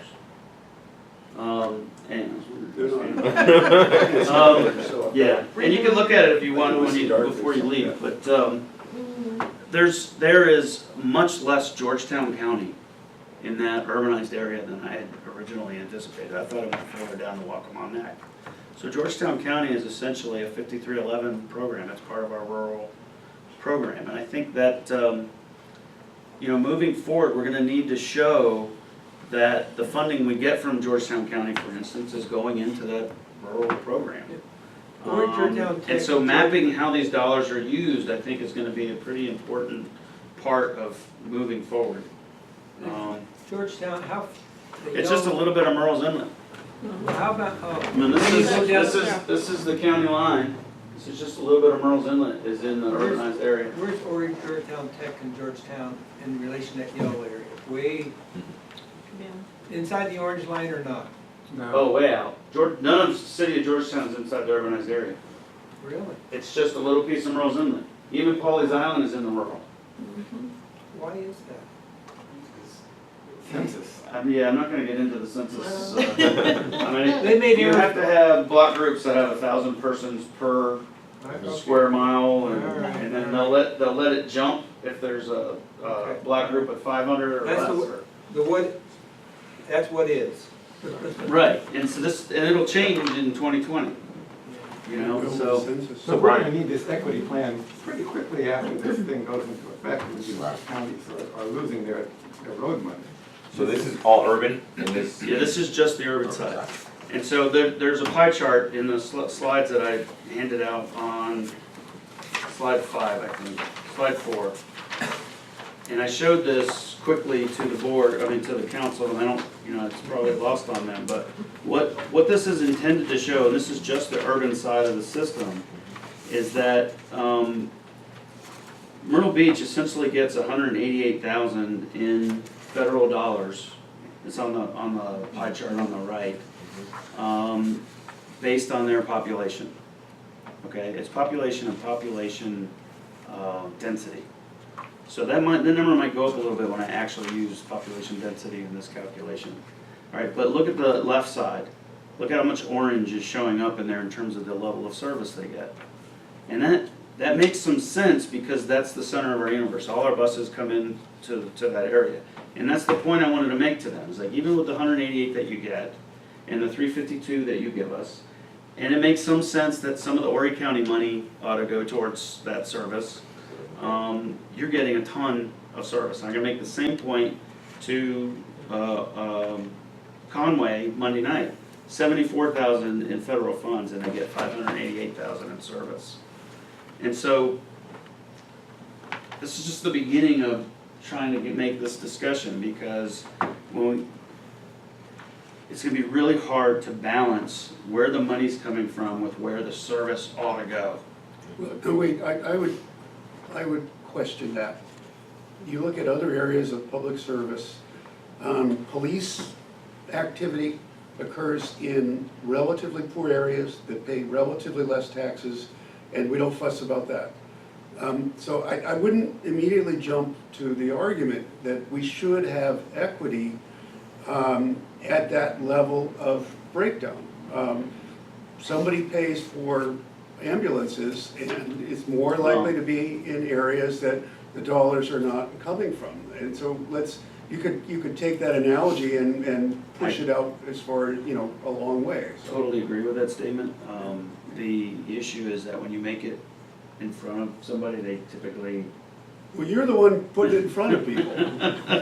That's. But I think the way you say it is availability of services. So every area has availability of police and ambulance services. But I think bus services, there's no availability in. Well, and it's not cost effective to give everybody availability to it. And so I think the point you make about, we all pay for services that we don't take advantage of is a good one, but a lot of times when you're in the transit discussion, it doesn't fly for some reason. Yeah. And so I'm not saying that all of our service has to be tied to every single dollar that comes into this. And I made a point of it in this conversation with them, is that we've got to make these decisions regionally. And Myrtle Beach, you should not get hung up on how much you're getting or how much you're paying for the service, because everything that we do helps your service. For instance, if we add this 7X going down International Boulevard, that's automatically going to help service in Myrtle Beach because it's serving Grissom Parkway, which is something we don't serve. If we do service up to North Myrtle Beach, you get the top end of Myrtle Beach with that. If we do service in Sockasty, you've got a little bit of Farrell Boulevard and 707 that's still in the city that, that you get service on. So that discussion's easier with Myrtle Beach than it is with the other areas. Well, I would But, flip it around and say it's easier to see North Myrtle needs to be included in the plan. Right. I would use the equity charts and graphs to try to find out where there are gaps that pay and in fact need service. Well, and I did make the point with John, I didn't do it in the council meeting, but I would make it in other council interactions with council, is that adding service to North Myrtle Beach means I need more money from Myrtle Beach. Yeah. And making that That's connection for them to show them why. And this chart helps me do that. There's 108,000 in federal dollars Yeah. that have come to this region based on North Myrtle Beach's population. Absolutely. And I simplified this. I took out Atlantic Beach and Briarcliff Acres, but So do you want to add that to the list? Do you want to add equity discussion? I'll do the whiteboard. yeah. Good for something. Make sure I So understand the pie we'll try to chart. get further down the road Make on sure you that. understand how this goes. The orange on the left pie here. It's costs. Okay. Route 7 drops off people in Myrtle. 10% of Route 7 is in Myrtle Beach. Okay. Most of it's already. I just did route miles within their jurisdiction. Okay. Brian, I think you're missing a big component. Go ahead, I'm sorry. Go If ahead. I'm back to, but the passengers riding Route 7 originating in Conway or out here, and they're dropped off in Myrtle Beach. That makes this orange bigger? But there's people who live in Myrtle Beach who come out to Conway. Yeah, but I ride that bus. They get on here and they drop off down there. They don't live in, They're coming to services out here. People going to the courthouse, going all to right. Social Security. It goes in both And they ways. already live here, they're coming back home. Right. And they're working in Murphy. Well, Big. okay. What you're saying is You right. gotta come up with a method, some That's what I'm method trying to understand on the method. breaking service up. I'm trying to understand the method. And I'm open to other methods. No, you said the 10% thing, you do it route miles, I mean, you have you a methodology. I mean, I took a month of route miles. Well, it's measurable, and, okay. That's how most areas do If it. I was on the other end, say, wait a minute, you're making me show that I get all the service of Myrtle Beach, but all these people live in Conway that you brought to work at my hotels, Which is they're getting service. Which is a benefit That's to what the I'm saying. city. No, I ain't saying it's wrong, I'm just saying make sure I understand what drove the numbers, Right, because they wouldn't keep those hotel rooms Right. open if we didn't have workers, so. Right. yep. I understand where you're at, no, I don't have a better methodology, just make sure I understood where it came from. Ralph? I think you're missing a component, we talked about this at finance. And like when you go to talk to Conway and you're giving them the economic charts, I think that you need to tell them that out here, I mean, there's about 600 or 700 departures a month from right out here. I don't think they have any idea. I don't think they have any idea that we're at 99% on-time rating. I don't think they have any idea that thousands of people get on buses here and come back to Conway with salaries. Yeah. Well, that, I'm hoping is the first slide. You see that first You know, one? where I talk about reliability of the systems at its highest level, fleet improvements, and, I mean, I need to tailor it to Conway, Yeah, but yeah. I agree with you, and I heard you guys tell me that in finance, which is why I built this first slide. I started off the conversation yesterday, we are running on all cylinders. We are a little bit undersized for the region that we serve, but our service has fewer breakdowns, we have way better on-time performance, and honestly, we're ready to grow from an operational standpoint. That was a good But slide. I don't think they're, That was a yeah, I great mean, slide. Brian did a great job, but I don't think they're seeing the numbers. And they're getting them. I think they understood the numbers, even though it was pretty quick and there's a lot of pie charts. I think they're smart enough and savvy enough to get it. But I don't think they know what it's doing for their people. I just don't think they get it. I think I used Why to would say they, that. I where don't- would they get it from? But are they gonna listen to me on? Yeah. No, they're gonna What would I listen to say? me. Listen to me. They'll listen to you? I think what he said about the 600 Yeah, I think boardings, the numbers. they go to work down there, they come back and bring their paychecks back to I think you said that in a layman's type I think you terms. should give me 2 minutes Right. to Conway. So give them some numbers, like how many riders, how many trips? Okay, we're sort of off topic, we're trying to find retreat topics. Okay. Oh. if they want to see how many people board, just be here before 8 o'clock. Yeah, but they're not Any gonna be given here. morning. They're not gonna be Two here. buses. And the reason that they, I'll quit now. From their perspective, those people are leaving the city and not, Mhm. They're bringing paychecks home. I mean, they are bringing paychecks home, but that's less, I mean, city council in Conway wants us to bring people from the beach to come see the riverfront, Well, which we is can do that. which is a hard sell. But I had a really good conversation with Adam, about a month back on sort of the other support. And we have this with the city of Myrtle Beach too, is working with them with their development program. Like, if we were ever to move out of here and sell this property, I still need a passenger facility in Conway. And so rolling that into the development down by the riverfront makes a lot of sense, and it made sense to Adam as well. I did put that already up there, I just facilities, think- when are we out of the Conway building? Yep, that's a good one. I just think that, with the exception of the mayor who worked here, he was an attorney here, I think that the opinion of council is that we're never on time and no one's on the bus. And that's what I believe they think. So we need to give them some stats on Conway that. Council, you said? Yeah. Or city- or- Or city council, county council. I mean, I go a place on a bus and people have no idea how I got there. Where are you going, catch a bus? I'm not saying I'm gonna catch a plane down on 17 or something. They don't know. And how would they know? No one told them, they're never on the bus. The bus is invisible to them. It's just there, Unless there's an ad on it. There's an ad everywhere. There's an ad every place you look. I just don't think that, that this tells the story. This tells a good piece of it. Okay? But I think there's more to the story. Man, I'm in a meeting. Adam was actually on WRNN yesterday morning, Yeah? and he was talking about, City of Conway wants to run a shuttle from Myrtle Beach into Conway. No, no. Mm-hmm. A shuttle from Myrtle Beach. From Myrtle Beach to Yeah. Conway. They Even got a though bus. even though he's got hourly service. Yeah. Well, To bring Canadians and, Yeah, let them get on the bus, $1.50. Unless they're old, 75. so when you talk to them, you might wanna. See, but I believe that Adam Emmerich doesn't have any idea what the bus I does. don't think he does either. I mean, he's talking about a shuttle. Mm-hmm. Why isn't he talking about fixed route service? It's there. This is no longer my meeting. Yeah, We are so far off. Sorry. I'm I'm going to, I'm leaving. Don't leave, we're not chasing I'm you. going to the That's restroom. what to do. I think Darryl might have just gone to the restroom.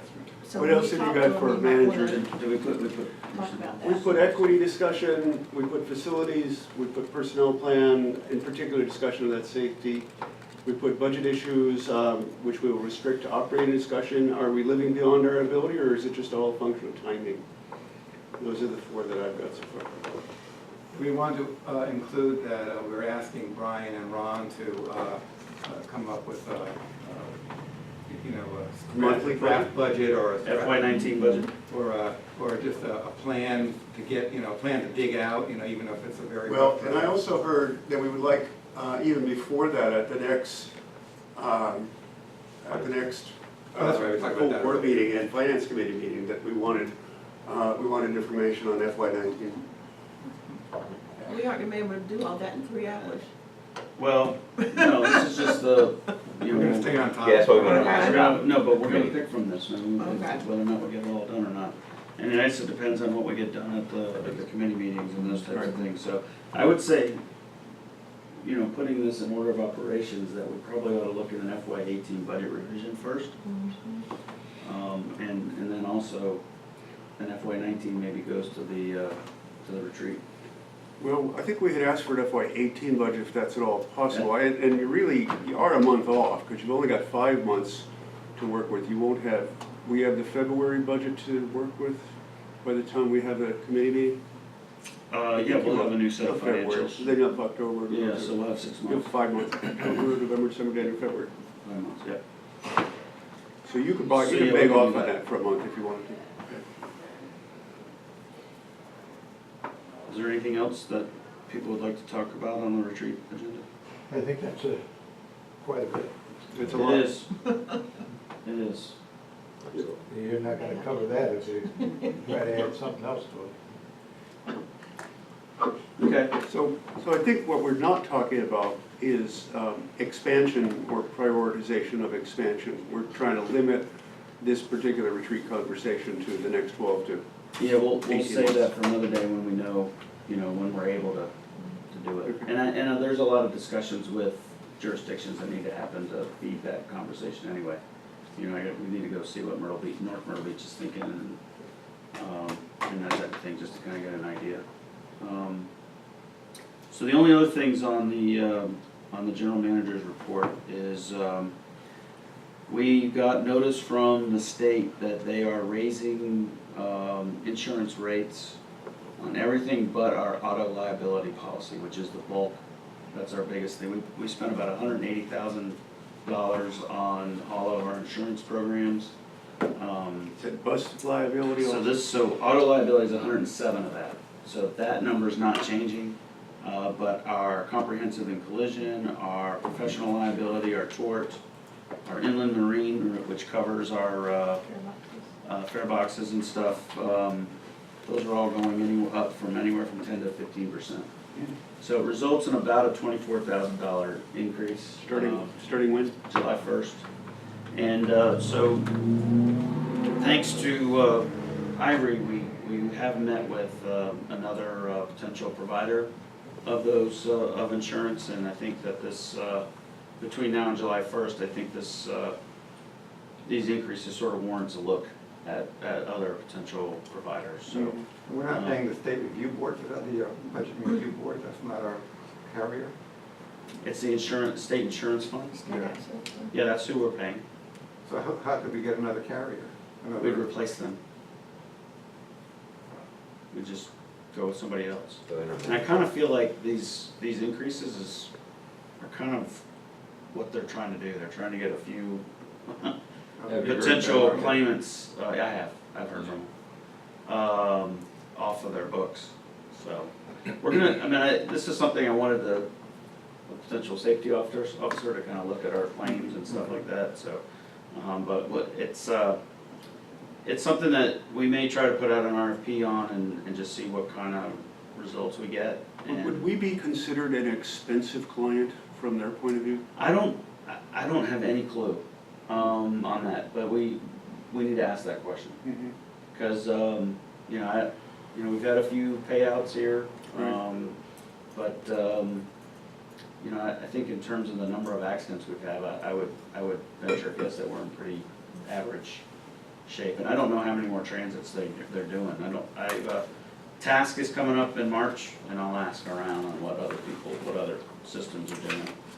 The last thing on my list is, we have this grant with the state to purchase maintenance items. One of the items that we were going to purchase was a fueling system. It's basically an electronic system that you put onto the fueling system to require people to put in a vehicle number and an odometer before it will dispense fuel. And so it would have shored up our data package on that, and because right now we're really basically doing it by hand and filling out a spreadsheet.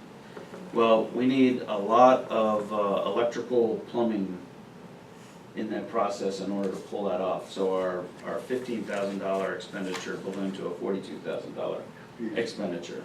And would that be 26,000 of it would not go with us if we moved. That's what I was going to ask, is physically Right. How much of that is hardwired So here? we're punting on that particular thing, and we're going to try to work with the state on fitting a new forklift into that project, because that's more pressing. Rolling stock? So that's kind of where we're headed on that, just to let you know. So we're going to ask for a grant amendment to change around the budget a little bit and fit that in there so we can get that. Because right now, there's $2,000 a month that we're spending on leasing a forklift that would save us. Brian, you've wanted a forklift for a long time. I wanted to purchase one. So that old one finally ran out, so. $2,000 a month sounds like a lot for, That's, I mean, I'm Well, not it's a saying it's sh- inappropriate. It's a but that's- short-term lease, so If yeah, it if is a you lot. could, you know, if you could somehow own one, A lot. that makes a lot more sense. Yeah, so that's kind of moved up the list. So we got a heavier duty one, because the engines were moving around and things like that, so it's, we'll try to buy one and that would definitely save us on operating side. What's the cost? 40 to 55,000, depending on what you get, but, It's only 2 years of rent, so. yeah. Yeah, it'll pay for itself pretty quickly. Yeah. And it's something we can take with us, that's the more important side of it. So I had a grant started in 5307 to buy one, but it makes more sense to do it with this one, so. It saves us some 5307 money. Any questions about manager's report? Let's move on to approving the 2 resolutions. We will have our expert resolution reader read the resolution. Still have these grinders, don't we? Okay. Waccamaw Regional Transportation Authority, resolution number February 2018-04, authorization to award contract for payroll processing. All right. So moved. Second. Any discussion on the payroll contract? This is one we've been waiting for a long time. Barring any discussion, all those in favor, please say aye. Aye. All those opposed? please say Aye. nay. Thank you. All those opposed? Oh, that's right, you're here. Who's there? Deb, I'm happy to have you here. Deb. Yeah, I've been here. Great, I've been listening. okay. All those opposed? All right, the motion passes. Second motion. Waccamaw Regional Transportation Authority, resolution number February 2018-05, approval of updated Title VI program policy. All right. Do I hear a motion to approve? So moved. Second. And we saw this policy at the last board meeting. Any discussion about it now? No? Barring discussion, all those in favor, please say aye. Aye. Opposed? Aye. Please say no. All right, the motion passes. We are, we have no item that we're aware of for executive session. Yeah, we're good. We have no old business, although we've been kicking around plenty of old business for a I while. have one thing, I don't know if it's old or new, but for the compensation committee for Mr. Wilson and such, do we need to be thinking, what is the monthly need to be thinking about an evaluation for Brian? Is that coming up? I thought it was in late summer. Not really, it's, I believe the end of May we have the evaluation that, Okay. by the end of May. Okay. Any other old business? And if in the meantime you've got any suggestions for retreat topics, send them to Brian or myself, and we'll try to prioritize them. We're gonna do that here, correct? Yes. Okay. For anyone that missed, the announcement, the board retreat will be April 21st from 9 o'clock until noon here in the conference room. Okay. All right. Any new business? May I have a call for adjournment? So moved. Second. All in favor, please say aye. Aye. All right. All all those who want to stay here a lot longer, please say nay. Yeah, it's 11:30. Motion passes. I Deb, think, Deb, thank you one for thing, joining. I think we, aren't we getting away from, the slow move stuff? Aren't we supposed to be getting away from that? Yes. And I think if we continue on with it, we're What gonna. do you mean? You're supposed to repeat the motion? Yes. Yeah, you really are. Instead of just saying Yeah. so moved or whatever, Yeah. so. All right, I can get back to that. That's just oversight on my part. Thank you, Mr. Wilson. Yeah, because, you know, they said we Mhm. supposed All right, I will work with Lynette to clean up that act. All right, so we're done.